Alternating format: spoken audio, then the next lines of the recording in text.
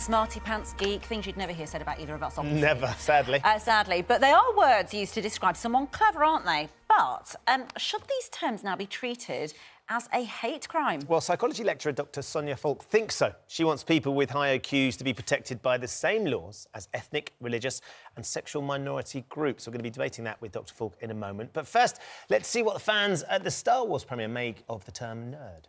I love being a nerd. I call myself a geek more than anything, but nerd, geek, I mean, I don't care really. I love what I love, and, you know, if there's a label with it, that's cool. Nothing wrong with being a nerd. Love being a nerd. I'm happy to be classed as a nerd. Yeah, I'm just badge of honour. Yeah, I don't think there's anything wrong with it. Nerd and proud. I kind of, as a cross-section, sci-fi fans that like dressing up as adults, They're pretty kind of feel secure like... in their own skin, aren't they, those Absolutely. They're people? willing to be seen out in public dressed as Jabba the Hutt. Brilliant as that is, by the way, and I've done it similarly. Yeah, to be applauded. Well, Dr. Sonja Falck joins us now. He's brought a book out about this, actually, about you think it should be classed as a hate crime if somebody says these words to somebody. And Bobby Seagull, too, who's a self-confessed geek, who says that we should actually wear, like those people said there, the term as a badge of honour. Sonja, I mean, this is kind of an extraordinary thing to say, I thought. It sort of startled me to read that anybody would take such high offence at these sorts of words. Explain your position on this. Well, I think people do find it startling because very high IQ people are a minority group in society that are very much ignored, and they're not understood and are largely neglected. So it is the case that individuals with very high IQ very often are bullied. At school, for example, they are a target for being bullied, often quite viciously. And I found that in my own research, as well as there's a lot of other research out there that documents this. Bobby, do you ever feel bored or neglected? So, firstly, as a school teacher, I'll say, obviously, I don't condone bullying or discrimination in any form. But if you look at the term geek, and last night I was on Twitter and Instagram conducting polls with my friends and people I don't know, and generally the consensus was that whilst the terms like geek and nerd may have historically been seen as negative, people have now embraced the term and seen it as positive. So again, I would say I'm a geek and I'm proud. In fact, I've written a whole book on about how maths has changed my life. And I think with geeks and nerds, if you see it as a negative thing, it can be negative. But if you embrace it and say, actually, to be a geek means a good thing. You've got a thing called geek chic. Yeah. You think about Big Bang Theory. I've never watched it, but it's all about really clever people. It's become kind of, you know, we've got our own lovely glamorous geek in the corner over there. Am I still allowed to say it? I hope it doesn't offend you. What do you think, Laura? I mean, you are, you know, you're a very, very clever woman. Mathematics, science, it's all your thing. What do you think about it? And when you were at school, you're obviously bright. Did you get picked on?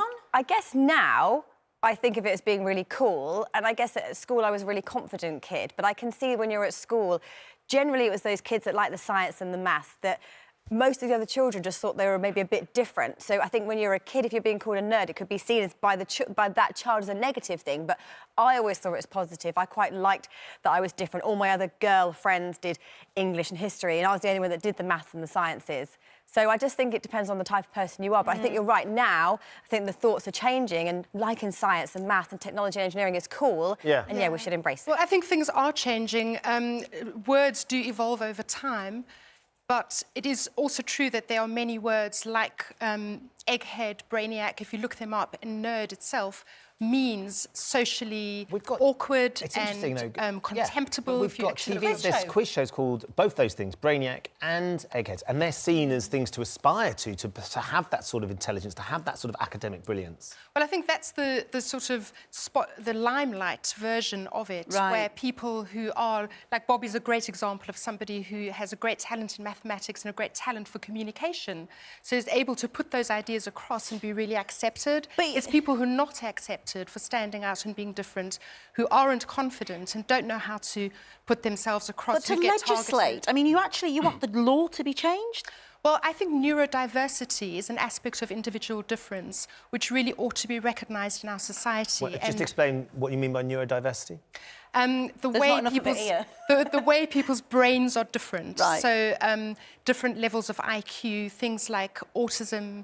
It's ways that people think differently and function differently from each other, and that's often not understood. Yeah. Go on, Bobby. Now, what I would say is that obviously, again, you shouldn't bully people because they're different. But the reality is, if we're classing it as a hate crime to call someone a nerd or a Greek, I think what it does is it trivializes actual hate crimes, you know, based on disability, race, gender. So obviously, again, as society, we need to make sure that we're welcoming everyone. But again, the term geek and nerd, etc., generally has been embraced. And if you look at technology, look at the Mark Zuckerbergs, Bill Gates, the geeks and nerds. If you've like, was it Matthew chapter 5, verse 5? Blessed are the geek, for they shall inherit the earth. So actually, it's the geeks who are ruling the planet. But that's the big concern, though, isn't it, Sonja? Is actually you trivialise some of the other really serious. Well, I would hate certainly crimes not want that Bobby to. just... Well, I wouldn't want to trivialise anything. But it feels like But you I are think by compare it to suggesting racism and things like, you know, people walking down the street who visibly look different, who Sexual are discrimination. attacked about those sorts of things, for example. Well- And then you want to legislate against certain words, which, as many have said, as adults, they actually embrace it where it's a badge of honour. It is quite an extreme view, isn't it, yours? Well, we're seeing how people are reacting to it. Maybe people think so.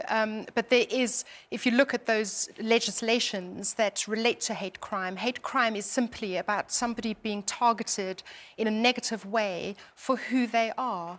And a person with a very high IQ who comes across in a different way often is targeted in that way. And so I just think recognising that as an individual difference that should be respected Until they and go on to accepted be like the any other. CEO of a massive It's company. tricky, though, 'cause and then they don't care what they were called, I guess. Often that doesn't happen. I mean, you see the success stories, and I see as a psychotherapist and the organisations I've worked with, like SENG in America, which stands for Supporting the Emotional Needs of the Gifted, and in the Netherlands, the Gifted Adults Foundation, can I who are jump- talking Go on, about Bobby. people who are struggling, not So the I'm success actually an stories. ambassador for a charity called Potential Plus, and they deal with gifted children in the UK. And they have a Facebook group with about 2,500 parents. And these parents, they actually say, on the whole, they encourage their kids to embrace the terms geek and nerd.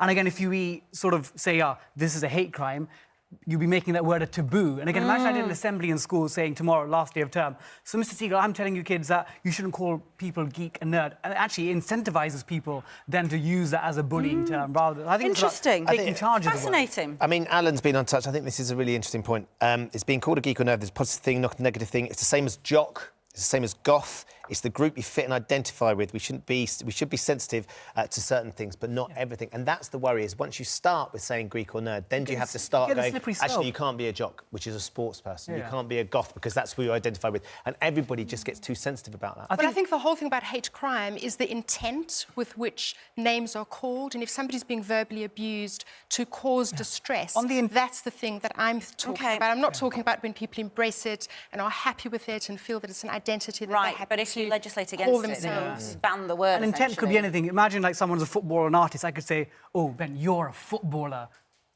You're an artist. Again, I think with anything with intent on venom can become offensive. Absolutely. And again, you can choose to take offence at anything you want. I think geek and nerd are things that people... You are carrying Geek Chic beautifully. Thank you. Just show your T-shirt to camera 3. Explain, Bobby, why this is so cool. So I'm a big West Ham What does football it fan. say? Go on, you So Hans. if anyone ever travels down, on a road in a car, they'll see football street signs. And the street signs have a football with all hexagons. And on a flat surface, they tessellate. It means they can make a flat pattern. But if you look at a real football, they're pentagons, five-sided, surrounded by hexagons. So these are mathematically inaccurate shapes. So again, this is like geek combined with the chic here. So your football there is a mathematically correct... This is an inaccurate. That's why it's inaccurate. That's why go. there's a cross sign saying these are not accurate shapes. Can you see how excited Laura is by the whole conversation? I love Talk it. about this. Laura's hyperventilating Laura's over beside there. herself. My joke would be to you, differentiate E to the X. It's still E to the X. Look at this. I like this. We had a conversation about this. Very good. My kind of person. Right, take this crazy stuff into the green room. We can't have any of that.